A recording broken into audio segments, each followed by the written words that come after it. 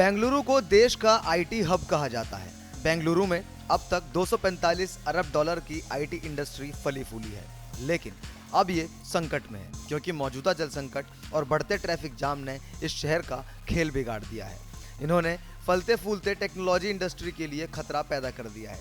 बेंगलुरु में जल संकट तेजी से बढ़ते शहरीकरण का नतीजा है।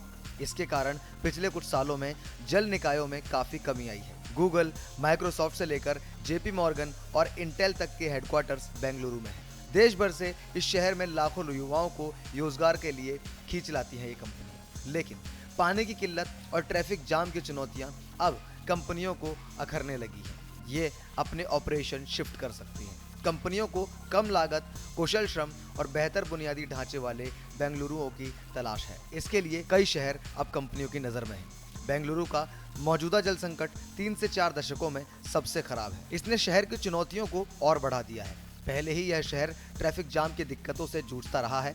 ये परिस्थितियां टेक्नोलॉजी दिग्गजों को देश भर में उभरते शहरों में शिफ्ट होने का विकल्प तलाशने के लिए मजबूर कर सकती है।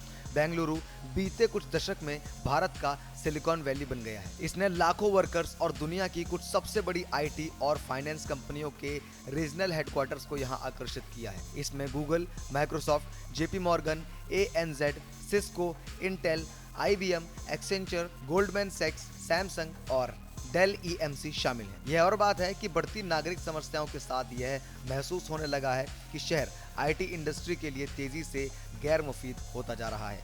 भारतीय विज्ञान संस्थान यानी आईआईएससी की एक स्टडी के अनुसार 1973 से शहर का जल सतह क्षेत्र लगभग 70% कम हो गया है। इसमें झीलों का अतिक्रमण और प्रदूषण स्थिति को और खराब कर रहा है। अपर्याप्त बारिश और बोरवेल के खत्म होने से संकट और ज्यादा बढ़ गया है। कावेरी नदी बेसिन में प्रमुख जलाशय केवल 39% क्षमता पर हैं। तकनीकी विशेषज्ञों को अपनी पानी की जरूरत को सीमित करने के लिए मजबूर किया जा रहा है। वहीं तकनीकी कंपनियों के ऑफिस से काम करने के नियमों ने यातायात की स्थिति को और चौपट कर दिया है। आईटी इंडस्ट्री में टीसीएस, इन्फोसिस और विप्रो सहित टॉप कंपनियां कर्मचारियों को हफ्ते में कम से कम 3 से 5 दिन ऑफिस में बुलाती हैं।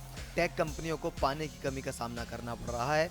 कर्मचारियों को लंबे समय तक आने जाने में परेशानी हो रही है। इन चुनौतियों के बीच अब कंपनियां कम लागत, कुशल श्रम और बेहतर बुनियादी ढांचे वाले केंद्रों में अवसर की तलाश कर रही है। एक्सपर्ट्स बेंगलुरु को भारत की सिलिकॉन वैली के रूप में बहाल करने के लिए स्थायी जल प्रबंधन, बुनियादी ढांचे में सुधार और सार्वजनिक परिवहन पहलों के महत्व पर जोर देते हैं। इनके मद्देनजर अहमदाबाद, जयपुर, मैसूर, मदुरई और नागपुर जैसे टियर 2 शहर संभावित डेस्टिनेशन के रूप में उभर रहे हैं। ये वर्कफोर्स, इंफ्रास्ट्रक्चर और सरकारी समर्थन के मामले में बेंगलुरु जितने ही सामर्थ्यवान हैं। कंपनियां बेंगलुरु से बाहर अपने ऑपरेशन का विस्तार करने पर विचार कर रही हैं। नेस्कॉम डेलॉयट की हालिया रिपोर्ट के अनुसार अब उभरते केंद्रों में 25 से 30% कम लागत पर क्वालिटी टैलेंट उपलब्ध है। भारत के आईटी उद्योग का परिदृश्य प्राइमरी टेक्नोलॉजी सेंटर से दूर जाना शुरू हो गया है।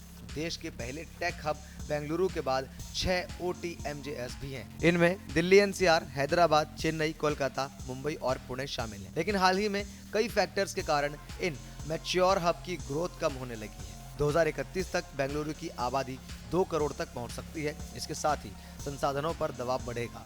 भारत के आईटी हब के रूप में अपनी स्थिति बनाए रखने के लिए शहरों को स्थायी जल प्रबंधन, बुनियादी ढांचे में सुधार और सार्वजनिक परिवहन प्रणालियों में निवेश करना होगा। पानी के संकट और ट्रैफिक जाम से उत्पन्न चुनौतियों पर कंपटीशन एंड टेक्नोलॉजिकल एंटरप्राइजेस को आकर्षित करने के लिए तत्काल ध्यान देने की जरूरत है। बढ़ी हुई सुविधाओं वाले उभरते शहरों के आकर्षण के साथ बेंगलुरु अपने आईटी प्रभुत्व को सुरक्षित करने के लिए एक महत्वपूर्ण मोड़ पर है। इस पर आप क्या सोचते हैं? अपनी राय कमेंट बॉक्स में बताइए। वीडियो को लाइक कीजिए और बाजार की हर एक अपडेट के लिए सब्सक्राइब कीजिए आर्या ट्रेड टॉक्स को।